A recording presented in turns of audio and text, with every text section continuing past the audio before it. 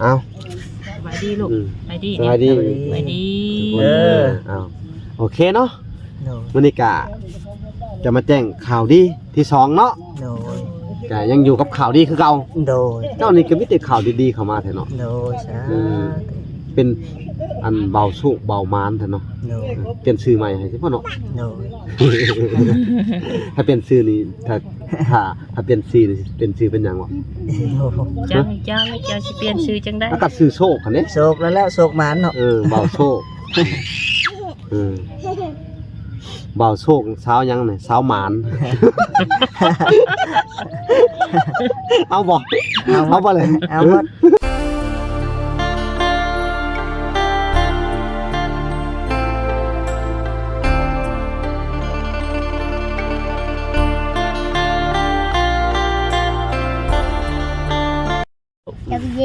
สวัสดี โด สบาย ย ดี กราบสบายดีเด้อกราบสบายดีเบิดสุขูสุคนเนาะ นั่งดี ก็ยินดีเข้าสู่ช่อง YouTube เบาหละสายบุญคุณธรรมคือเก่าเส้นเก่าเส้นเคยพี่น้องเอ้ยเนาะ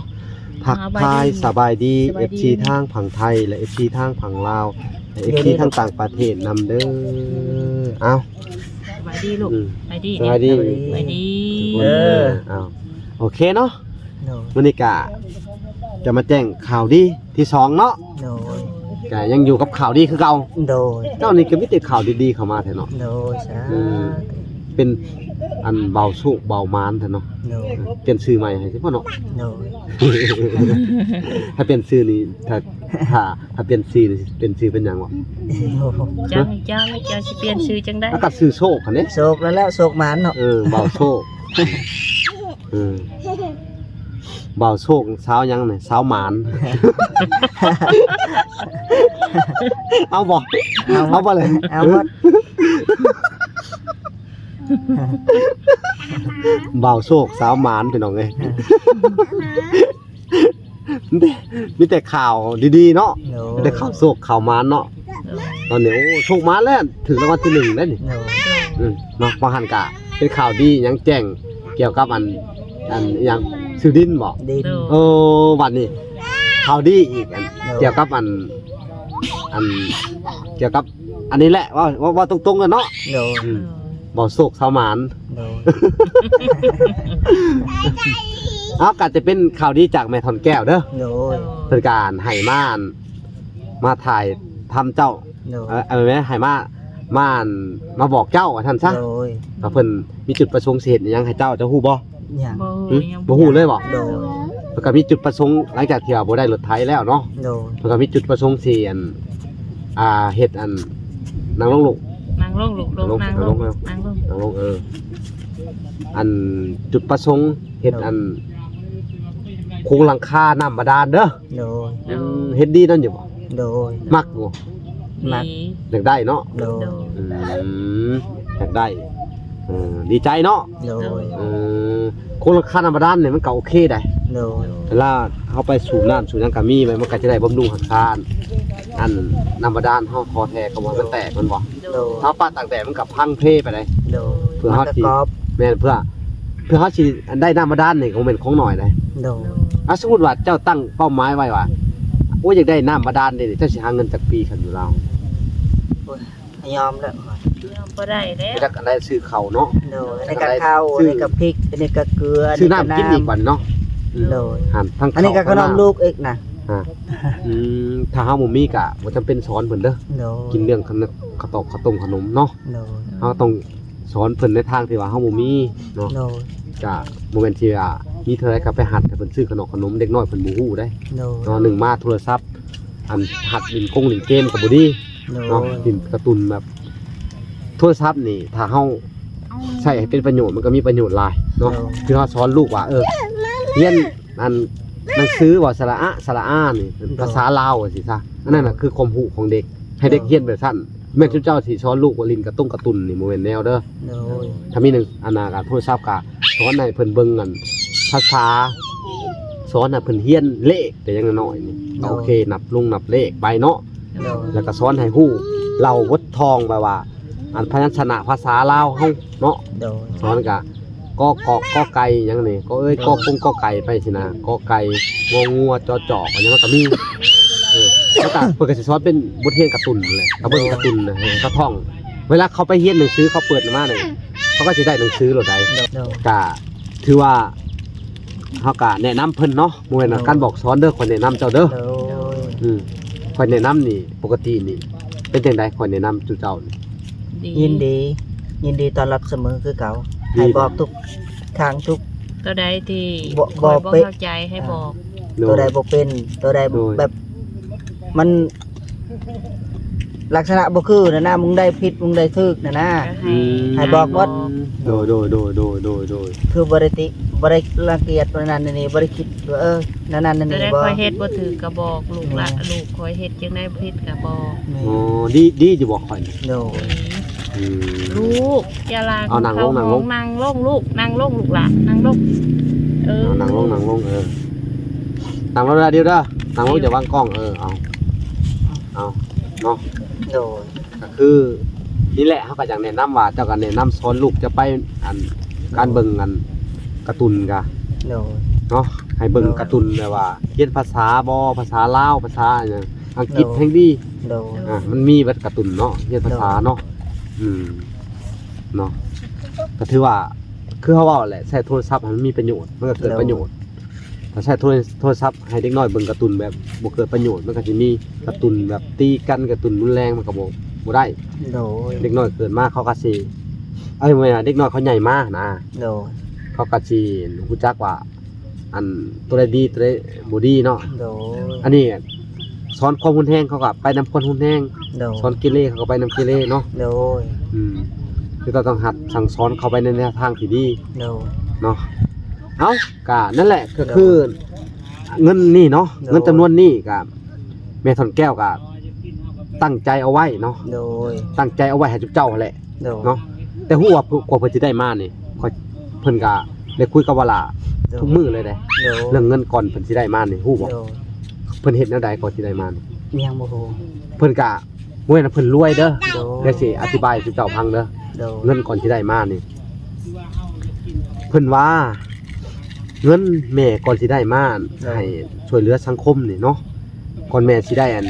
มาช่วยชุบเจ้านี่อันช่วยให้ครอบครัวเจ้าซะท่านซะ โดย เพิ่นต้องเฮ็ดงานพิเศษ โดย แล้วก็เพิ่นมีหนี้ โดย เพิ่นจำเป็นต้องอันผ่อนเฮือน โดย เนาะรับภาระทุกอย่าง โดย เสียค่าโน่นค่านี่เนาะ โดย เงินเดือนเพิ่นก็บ่หลายดอก โดย 5-6,000 โดย แต่ก็แยกกันค่าอยู่ค่ากิน โดย ใช้จ่ายในครอบครัว โดย แล้วก็ต้องตื่นแต่เช้าๆต้องไปเฮ็ดงาน โดย เนาะบางคนเพิ่นเอาบางมื้ออันทั้งแม่อันไอ้จันน้อยทั้งแม่จันน้อยเพิ่นก็ว่าตื่นแต่ดึกๆขึ้นมาเฮ็ดกิน อันเพื่อสิไปเฮ็ดงานอันกว่าสโนว์มันตกเด้แม่น โด บ่ ย ล่ะสโนว์มันตกเนาะ โดย แล้วก็เพื่อสิได้ออกไปเฮ็ดงานบางมื้อก็สิบ่ได้ออกไปเฮ็ดงานเนาะบางคนก็ได้แต่ว่าคือแม่แก้วนี่ โดย เพิ่นไปเฮ็ดงานแต่เช้าแล้วกลับมาก็ไปเฮ็ดงานอีก โดย อันเฮ็ดงานพิเศษ3ชั่วโมง โดย เฮ็ดงานรับจ็อบเพื่อเอาเงินนี่มาช่วยเหลือเจ้าโดยตรงเพิ่น โด น่ะ ย เฮ็ดจน5โมงหา8โมงนั่นบ่แต่ละมื้อเพิ่นต้องเฮ็ดแบบนี้ โดย เพื่ออยากช่วยเจ้านั่น โด บ่ ย เพิ่นดีอยู่บ่ โดยดี และคือเขาเว้าแหละ โดย เงินเพิ่นนี่เพื่อสิได้มานี่บ่แม่นของง่ายเด้ โดย เพิ่นเฮ็ดงานตั้งแต่ นั่น 7-8โมง ให้ เช้า น้องลูกว่า เนาะ โดย หาแล้วก็มาเพื่ออยากให้เจ้า โดย ซึ่งนี่บ่ โดย เพิ่นตั้งใจอันสิมาให้เจ้าเฮ็ดสร้างเรือนสร้างชาติให้เจ้าโดยตรงเลยเนาะ โดย ว่าเงินอัน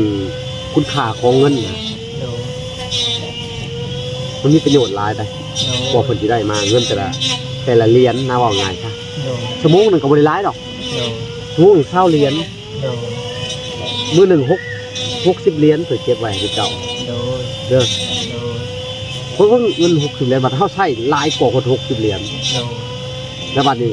เจ้าต้องรู้จักคุณค่าของเงินคุณค่าของที่เพิ่นให้มาเป็นบ่ โดย ขนาดบอลาอันโมเมนต์เงินบอลาเนาะบอลาจะทราบซึ่งน้ำใจเพิ่นเลยเจ้าทั้งทีมโมเมนทีโมเมนนอกโมเมนยากอันที่เจ้าเป็นไผเพิ่นคือไห้จังหวะ นั่นแหละคือความบริสุทธิ์ใจของเพิ่นอยากช่วยโดยใจจิตใจบริสุทธิ์ โดย เนาะถ้าเพิ่นเห็นที่มาที่ไปของเจ้าเป็นคนถูกข์ยากแม่นบ่แม่นบ่เลย โดย นั่นแหละก็ยังว่าเฮ็ดหยังกะอย่าให้มีคุณค่าให้คุณค่าของเงินให้มันเป็นเข้าของที่เพิ่นเอาให้ โดย ใช้จ่ายระมัดระวังเพิ่นทำสิเป็นให้เนาะและให้ต่อยอดมาให้ได้ โดย เนาะก็สิเวลาก็สิค่อยมาเบิ่งทุกเจ้าแหละที่เจ้าสิต่อยอดสิเลี้ยงเป็ดเลี้ยงไก่ได้ทำได้เนาะต่อไปก็ได้ดีใจอยู่บ่คือเพิ่นสิเฮ็ดให้ทุกอย่างเนาะ ดีใจ บางคนน่ะบ่มีห้องให้คืออันน่ะอีนี้รอได้ โดย จะให้ช่วย แต่เวลาก็ช่วยบ่ได้เนาะคือทุกเจ้านี่ดีแล้วดีสำใดเพิ่นยื่นมือเข้ามาช่วยแม่นบ่แหละ โดย เนาะก็คือเว้าเรื่องจริงพี่น้องเอ้ยเนาะ โดย เงินทุกบาททุกกีบแต่ละคนก็เพื่อสิหามาได้เนาะ โดย เพิ่นก็บ่แม่นคนรวยคือบ่ลาเว้าเด้อแล้วก็บ่แม่นเงินว่าสิได้มาง่ายๆแค่คิดเอาซุเฮานี่นะ โดย แต่ละมื้อนี่ยังหาเงินบ่เป็นเลยยอมเลย โดย ยังคิดบ่ออกเลยว่าสิไปหาอิหยังมาขาย โดย สิไปหาอิหยังกันมาสิต่อยอดเงินคำเหล่านี้แม่นบ่ล่ะทุกมื้อนี่เนาะบ่ลาก็ยังยอมจำนนเลยพี่น้องยอมเลยเรื่องเงินเรื่องคำเนาะ โดย บ่ได้หาง่ายๆเนาะ โดย แม่นบ่ทุกเจ้าหาได้บ่แต่ละมื้อเขาถาม บ่ มันก็บ่ได้ได้พี่น้อง โดย เนาะก็ถือว่าให้ทุกเจ้า อันซื่อสัตย์ขยันอดทนเป็นคนดีเป็นชอยสู่ต่อไป โดย ต่อยอดให้ได้สิ่งที่เป็นให้มาเอามาแปลประโยชน์ โดย ให้ได้เนาะคือเป็นดินกะแปลประโยชน์ของมันดินนี่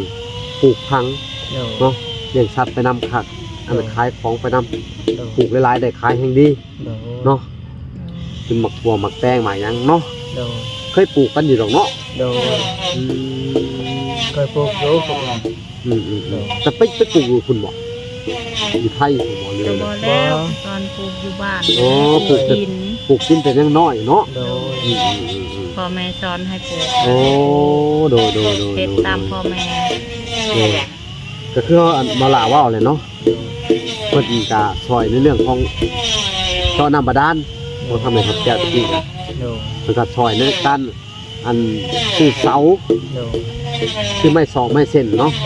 เข้าของที่เจ้าใช้เสื้อผ้า โดย กล้วยบวงเนาะเพิ่นก็มีส่วนในการช่วยเหลือเนาะมีบทบาทหลายเนาะในของแก้วเด้อจำชื่อเพิ่นไว้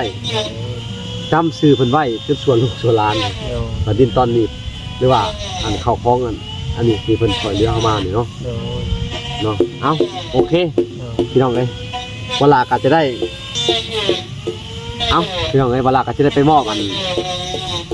เงินให้ทางสร้างก่อนเนาะในใจอันนี้เนาะ โดย แต่ถ้าเจ้าแหละไปมอบเงินให้ทางสร้าง โดย แล้วก็จะได้ให้เพิ่นถ้าเป็นเงินของถอนแม่ถอนแก้วเด้อเงินที่ว่าจ้างสร้างนี่ โดย แล้วก็จะให้อันทั้งอันวันให้แก้วขอบมุกขอบใจเพิ่นน่ะนะเนาะคุยยังตอบแทนบุญคุณกับขอบมุกขอบใจเพิ่นเนาะ ขอบใจหลายๆเด้อแม่ทอนแก้วที่ช่วยเหลือที่จางสร้างมาให้เฮ็ดเฮือนเฮ็ดจาน โดย ให้อยู่ดีไม่แห้งเด้อต่อไปคมเจ็บอย่าได้คมไข่อย่าให้มี แล้วก็เฮ็ดอันโครงหลังคาหน้ามาด้านให้ เฮ็ดลังอันนั้นมุงธรรมดานมาให้ลงโครงหลังคาเด้อสาธุ ถ้าถูกเป็นข่าวดีเอ้าเดี๋ยววันสิบอกหยังเพิ่น ขอบคุณเด้อแม่ทอนแก้ว โดย ที่สนับสนุน โดย แม่ตาช่วยเหลือครอบครัวไอ้แก้ว โดย ก็มุงน้ำดอกน้ำมาดานให้แล้วก็จางสร้างให้มาเฮ็ดเฮือนให้ขอบใจหลายๆเด้อแม่เด้อ สาธุสา ให้ ธุ อยู่ดีมีแห้งให้สุขภาพแข็งแรงเด้อความเจ็บอย่าให้ได้ความไข้อย่าให้มี สา มี ธุ เงินได้หลายกว่านี้เด้อแม่เด้อสาธุ สาธุเอ้าเนาะบ่ลาก็จะได้ให้แก้ว โดย อัน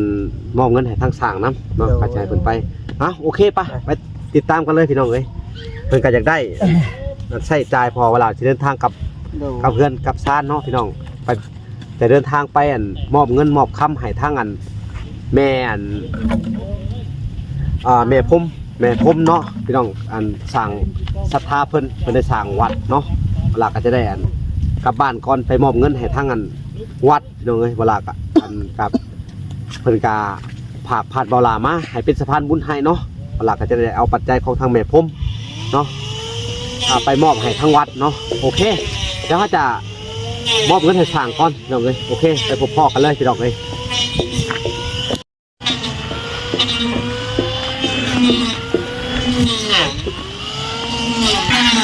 เอาสบายดีเด้อสั่งเด้อสบายดีเฮ้ยมาแต่เช้าพอได้เนาะเวลาก็มัวแต่อันนั้นเนาะบริษัทจะถ่ายทุกคนเนาะ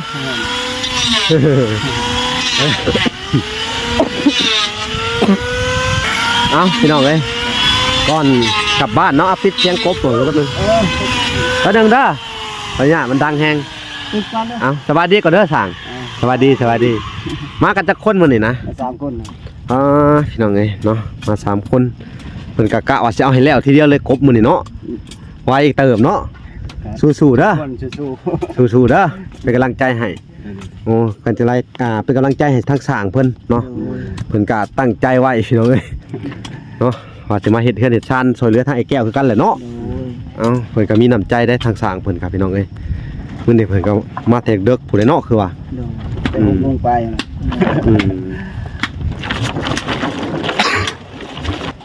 เนาะพี่น้องเอ้ยก็ถือว่าทางเวลาก็จะได้เดินทางกลับบ้านเนาะทางสร้างเพิ่นก็อยากอันเบิกเงินเนาะ โดย ทางนั้นเฮาเว้ากันว่าราคา15ล้านพี่น้องเอ้ยเนาะเพิ่นก็สิเบิกอยู่ล้านห้าเนาะมันยังเหลืออยู่เท่าไหร่ 13ล้านห้าเนาะเนาะเพิ่นก็สิเบิกไปอยู่ล้านห้าแสนพี่น้องเอ้ยอันเพิ่นว่าเอาไปแบ่งกันใช้ก่อนแล้วก็ส่วนหนึงก็เอาไว้อีหยังนะ กบเพื่อเครื่องมือมันเป้มันยัง เพื่อเครื่องมือมันเพมันหยังเนาะ แม่นั่นเพื่อลูกพี่เพื่อพวกใบกบใบยังใบตัดได้ผลการเดือน โอ้โดยเนาะ แนว หลายแนวเนาะ แม่น โดยโอ้ยก็ จะเฮ็ดกับไปผ้าเนาะมันบ่คือเอามาเฮ็ดเอง แม่นเข้าใจสร้างเนาะธรรมดาเข้าใจเด้อก็ดีคือกันเนาะก็มีหยังก็บอกกันได้เด้อเนาะบอกกันเฮาก็สิได้ค้นคว้าหาให้ในสิ่งที่เฮาอันมันทันเนาะถ้ามันบ่ทันก็โจไว้ก่อนเนาะก็คือว่าในตอนนี้ก็ยังขาดแป้นแอมแป้นปูแหละพี่น้องเอ้ยงบประมาณก็ยังบ่พอปานใดเนาะพี่น้องเอ้ยพยากสมทบเข้ามาก็ ไม่ยาว ได้เลยเนาะ มึงได้ไม่ยาวจังคือได้ใส่4โตไม่โต7เม็ด ได้ใส่อีก4โต๊ะบ่ 4โตแบบว่าเฮาได้ใส่ตัวยาวคันใดเนี่ยไม่ยาวมาใส่ โอ้เขาสั่งแม่มันได้ แม่นแหละ โอ้แม่มันได้ต้องสั่งต่างหากแล้ว แบบว่าไม้เนี่ยต้องใส่บนได้บนใส่มันได้มันตกออกเม็ดนึงเลย โอ้ เอาไม้ตัวยาวมาใส่ต้องจะสั่งมา ใช่ว่ามันต้องมาสั่งมาอีก4โต๊ะ 4โต ความยาวเท่าไหร่ล่ะบัดนี้ ก็ยาวสักตันก็ตัวนี้แล้วเอาแบบว่าเอาตัวนั้นมาแทนตัว7เม็ดนี่เด้อ โดย 7เม็ดนี่มาใส่ต้น4โตใส่ตั้งบนใส่คันใดได้ ต้องสั่งมาอีก4โต๊ะเนาะ โดย ตอนนี้พอเขายังค้างอยู่โต๊ะนึงเขาบ่ทันเอามาหาถ้าต้องสั่งมาอีก3เนาะ แบบว่าเฮาสิใส่4โตทั้งหลุม ก็พอดีตามแบบเพื่อนเนาะ แม่น อ้าวพี่น้องเอ้ย ตัวสั่นก็8โตเลยนะ เอาท่านแหละถ้างบประมาณนั้นมีเฮาก็จะได้สั่งมาเนาะก็เพื่อสั่งต้องการไว้กะเฮาก็สิค้นคว้าให้เด้อเนาะค้นคว้าให้ทางอันสร้างไม้เพิ่นหามาเนาะมาให้เนาะก็คือว่าตอนนี้อันตัวได้สำคัญก่อนในเรื่องไม้นี่จะก็บอกเด้อ ตัวนี้แหละนี่ก็เป็นข่าวของยังกัดว่าเฮาย่อขึ้นตอนจังได้ก็ได้ เนาะขึ้นเบิ่งว่าเนี่ยขาดจักโตเนาะจังว่ากันเนาะ แม่น เอ้าพี่น้องเอ้ย บัดเฮาสิแทกว่าสั่งจังเม็ดนั่นนะ โดยเนาะ มาเดือนนั้นกับดินเสาเล็งๆในนั้น โอ้ได้เนาะเพราะว่าทางตีนเสานี่อันก็เป็นภารกิจของทางอันเบาสัญญาเพิ่นเนาะอยากให้เบาสัญญาเพิ่นสั่งเพราะว่าทางเฮาก็ได้สั่งไปแล้วเนาะแต่ว่าเพิ่นว่าอีก 2-3 มื้อสิได้นะเนาะก็บ่เป็นหยังเนาะพี่น้องเอ้ยเอ้าในส่วนตัวใดที่ขาดเหลือบ่ล่ะก็สิได้แจ้งเข้าไปในคลิปอีกเด้อเนาะแจ้งให้ทุกคนได้ทราบเนาะ ตะปูอื่นก็ได้ต้องเริ่มได้ซื้อได้แล้วประกอบได้ ได้ตะปูซิปสิได้ซื้อมาให้เลยเนาะ แม่น ตะปูซิป ปืนประมาณ10โมงนี่ได้สิได้ประกอบ ค่อยก็อยากถามเจ้าเรื่องนึงเนาะสิจ้างพิเศษนี่นะหาเจ้าเรื่องนึงได้บ่ ได้อยู่ ได้บ่ ได้ ตอนนี้ข่อยก็สิสั่งเสามาอยู่เด้อ ได้ ไปมานี่ข่อยสิแนะนำให้เจ้าฟังว่าเอามาเบิ่งหาเจ้าพิเศษเลยนะตัวนี้ครับ ได้ ข่อยว่าอยากให้เจ้าเฮ็ดอัน ห้องน้ บ่ นี่มุงนี่ นี่นะนี่โครงหลังคาธรรมดาเขาสิสั่งไม้มาเลยนี่โครงหลังคามันสิได้เฮ็ดคือตัวน่ะ โอ้คุณค่าลุงได้ ได้ พิเศษนี่เท่าไหร่นี่ฮะ เดี๋ยวอีกมีดาวโนล้านไปมี2ล้านแล้วแต่ขนาดใช่แล้ว แต่ว่าเขาจ้างเขา700,000 ขอล้านนึงค่ะเฮ็ดลายแนวเนาะ หลายแนวม ล้านนึงค่ะเนาะเนี่ยขอน้ำหาแล้วนี่ก็มีกันเหมือนกัน ขอล้านหนึ่งเอ้า เด้อ จ้าสิไปพิจารณานำผู้ใหญ่เพิ่นให้เด้อ เด้อ แต่ว่าข่อยขอเจ้าแล้วข่อยเคยจ้าง700,000น่ะสินะนี่ฮะข่อยเฮ็ดนั่นน่ะเห็นบ่หรือว่าแนวใดเอ้า ขอล้านนึง ขอล้านหนึ่งเลย เด้อ เฮ็ดโครงกันนี่ได แม่น โอ้ แล้วตัวนี้มันปืนได้30ล้านก็จิได้ โอ้ ได้15ล้าน เอาสิได้สิไปพิจารณาเบิ่งก่อนเด้อ ได้ว่า แล้วให้ไม้เช้ามาก่อนสิพิจารณาให้เนาะ ได้ เอาเฮาก็สิต้องไปพูดคุยกับผู้ใหญ่เพิ่นเด้อ รุดตัวนี้ก็เอาดี เอาตัวนี้ดึงขึ้นมาอีก ดึงขึ้นมาอีก โอ้โดยเอาเดี๋ยวจะให้ผู้ใหญ่เพิ่นพิจารณาเบิ่งเด้อโดยเนาะ บางปืนเขาเอา30เนาะ โดยโอ้คนอื่นเอา30ล้านผู้แต่เจ้ารถให้ตัวนี้แล้ว รถตัวนี้ โอ้ จะมาไล่น้องเฮา เอ ล้าน อโดยเอาก็เดี๋ยวก็จะให้เพิ่นผู้ใหญ่เพิ่นพิจารณาเบิ่งเนาะก็อยากได้น้ำล้านหนึงขามือเฮ็ดโครงน้ำราคาธรรมดาเนาะบ่คือสิเฮ็ดงามอยู่ดอกเนาะแต่ถามแน่นประสบการณ์นี่เฮ็ดเฮือนมาหลายหลังอะลีบ่ โอ้เก็บ4-5ลังอยู่ นะได้ยินเขาว่าคือว่าเฮ็ดหลายแท้ๆเขาว่า ก็บ่ได้หลายปีนี้แบบว่าบ่ชูได้ไปใส่ อ๋อแต่รวมเบิดเบิดนี่หลายหลังบ่รวมเบิดตั้งแต่เริ่มเฮ็ดเฮือนนี่ โอ้หลายลังเป็น100แล้วแท้นี่มีแต่ก่อยมันแหละแท้ โอ้แต่ว่าปีนี้ฮะก็ได้4-5หลังเนาะ 4-5ลัง ภายในปีนี่เนาะ ไม่ฮักว่าประเด็นเป็นลังมันเนี่ยเฮ็ดแบบเล็กน้อย โอ้แบบว่าเพิ่นจ้างกันเป็นขั้นตอนไป ตอนเจอเฮ็ด อื ธรรมดา โดยเอ้าแสดงว่าประสบการณ์เจ้านี่ก็บ่ธรรมดาเนาะเอ้า ไปตั้งที่ซุ้มใหม่ โอ้โดยพี่น้องเอ้ยเนาะก็ถือว่าทางสร้างเพิ่นประสบการณ์ก็หลายพอสมควรพี่น้องเอ้ยไว้เนื้อเสียใจได้เนาะบ่เป็นหยังพี่น้องเอ้ยก็นี่แหละมื้อละก็สิให้เพิ่นเบิกเงินไปก่อนเนาะในส่วนของเอาไว้กบไม้กบหยังพี่น้องเอ้ยเพิ่นว่าลูกกบลูกหยังลูกบีลูกหยังเนาะมื้อละก็สิได้มอบเงินของแม่ทอนแก้วเด้อให้เจ้าเนาะพี่น้องเอ้ยมื้อละก็ได้พูดคุยกับเพิ่นแล้วเนาะ เพื่อใบกบเพื่อบีเพื่อใบเลื่อยใบจันเดือนมันหลายแนว โดยบามันเพเขาเดียวแล้วน่ะ โดยพี่น้องเอ้ยวันลาก็จะได้มอบให้ทางสร้างเพิ่นเนาะให้เพิ่นนับเงินก่อนนับเงิน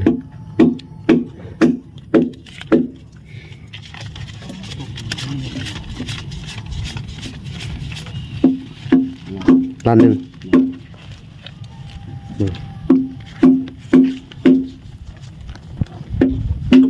ล้านหาเนาะ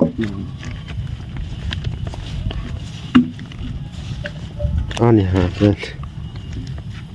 นับเบิ่งโอเคเนาะก็ถือว่าก่อนกลับเพิ่นก็ซื้อตะปูก่อนเนาะจาก3โลก่อน ตะปูจาก3โล ตะปูยังเจ้าก็สั่ง ตูชิป ตอกนะสั่งบอกเขาให้เขาซื้อไว้ ตะปู10เนาะ ปูซิปปูย่างเขาตอกเขา ว่าเฮาตอนมีตูชิปหนึ่งอย่างเดียว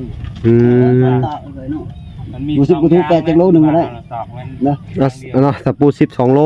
แอน ตะปู8โลนึง โลนึง พี่น้องเอ้ยเวลาก็สิได้ เอาสิตอกจ้า เขียนบินใบก่อนพี่น้องเอ้ยเนาะ ค่าใช้จ่าย ลำลังเฮาเฉพาะให้สิประกอบนี่นะโดยมันมีตูชิปเลยดอกจ่ายพวกตอกยังหลายทู8ยังคันอันดอกเวลาเฮาเป็นเช้ายังเป็นทู8โดยเช้านี่แบบว่าเพียงแต่เฮาสิประกอบซื่อ โดยประกอบตูชิป เพราะว่าชุดเจ้ากบไปก่อนได้บ่พอแล้วจังมาตอกทีหลังแล้วค่อยมาก่อนจะได้เอาไว้บ่ ก็ได้คือกัน เนาะบ่เฮากันก็ได้ชุดเจ้ากบให้มันแล้วไปก่อนก็ได้เนาะ ได้คือกัน ว่างบประมาณเฮายังเฮาต้องไปพูดคุยกับผู้ใหญ่เพิ่นก่อนเนาะ แล้วแต่เจ้านี่ก็เฮ็ดเอาใจของเจ้าซื่อได้ว่าให้แล้วไว้ซื่อได้ อยากให้มันแล้วไว้เนาะ นั่นแหละว่ะ นั่นแหละเพราะว่างบประมาณเฮาก็ยังสักหน้าวินหลังสักหลังวินหน้าอยู่เนาะ เขาก็ต้อง บ่ โดย ยามใดแบบว่าพกให้แล้วก็ก่อนก็ได้แบบว่าค่อยตัดแบบว่า แต่จะบากไว้โลดนี่เดี๋ยวมื้ออื่นค่อยมาเนาะตอนแรงบ่หรือว่าได้เขาจังจะมาคุยกับเจ้าใหม่อีกทีหนึงเนาะเอากับแต่ว่าจังได๋กะ ในชาตะปูได้เฮาสิซื้อมาให้แน่นอนเนาะหรือว่า ก็เรามีตะปูตัวก็ประกอบเลยก็ได้ โอ้ก็ได้ฉะนั้นเดี๋ยวสิให้ทั้งบ่พรอยู่ก่อนอันแต่ว่าเฮาก็สิต้องอันถามงบเฮาสิพูดคุยเกี่ยวกับเรื่องงบประมาณนั้นแน่เนาะ เด้อ เฮาก็ต้องขอ ๆเรามีตะปู ทุน ประกอบไว้ได้ งบประมาณตะปูก็บ่พอพี่น้องเอ้ยเนาะ เอาตะปู3โลก่อนมีตะปู10พอ เฮาต้องสอบถามผู้ใหญ่เพิ่นอีกทีหนึงเนาะ เด้อ โดยเด้อ แล้วบัดนั้นเป็นไงกับตะปู6ตะปู เพื่อ 8 ไม้ โดย ยังอีกนะ จ้าง แม่น ไม้นี่มันมี5เมตรบ่ได้6เมตรหรืออะไร เพราะว่า5เม็ดนี่8โต โดย โต7เม็ดนี่4โต ที่นั้นบ่พอบ่ นั่นน่ะ ว่าแล้วฮะจัง โต7เม็ดนี่เอาโต7เม็ดเฮาไปใส่บนบันไดมันสิออกจากเป็นเสาได้ โอเค แล้วก็มีเสาพาง2เสา ได้เอาแค่ขาด3ตัวหน้าใหม่ข้างว่าเนาะ 4ครับ 4ตัวแล้วก็เสาพังเนาะเสาพัง2เสาโอเค 250 โดยเอาโอเคพี่น้องเอ้ยโอเค แต่ว่ามีตะปูแต่ว่าบืนมีแต่ประกอบเลย โดยถ้ามีประกอบเลยเนาะ ประกอ คื บ อ ไว้ ไว้เลยจะเห็นเนาะ นั่น ไว้อีหลีพี่น้องเอ้ยจน ประกอบไว้แล้วก็จังสบายเฮายังย่อยามใดก็ได้ติดเสามายามใดถ้ามาประกอบ โอเคนั่นแหละก็ถือว่าถ้าติดเช้ามาก็ได้อีกจัก2-3มื้อเนาะผลประกอบเนาะ เพราะว่าอัน จัก2 มื้อก็ เฮ็ดต่อตัวนี้ เฮ็ดตัวนี้ต่อกำลังมีใหม่กัน นี่แหละฮัทสิสั่งตัวนี้มาเลยเด้อ นั่นแหละ เฮ็ดต่อไปเรื่อยๆยายขาด โอเค ได้ตามนั้นเนาะ ตามคำสั่งของเจ้าแล้ว โดยเพราะว่าเฮาสิ ว่านั่น โดย เผาย้อนเจ้าแน่ โดยคำว่า วันไหน คือว่าเขาว่ากบไม่แล้วเขาว่าเฮาบ่ทันได้มากอ่ะชุเจ้าก็อันถ้ามีเวียกไปลงบ่ได้ก็ไปลงถากอะไรเด้อ ดีกว่าสิถาเจ้า เท่านี้แล้วโอนลงมาดูมันก็หับแล้วแบบจะได้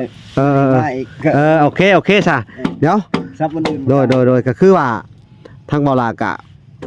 พี่น้องเอ้ยก็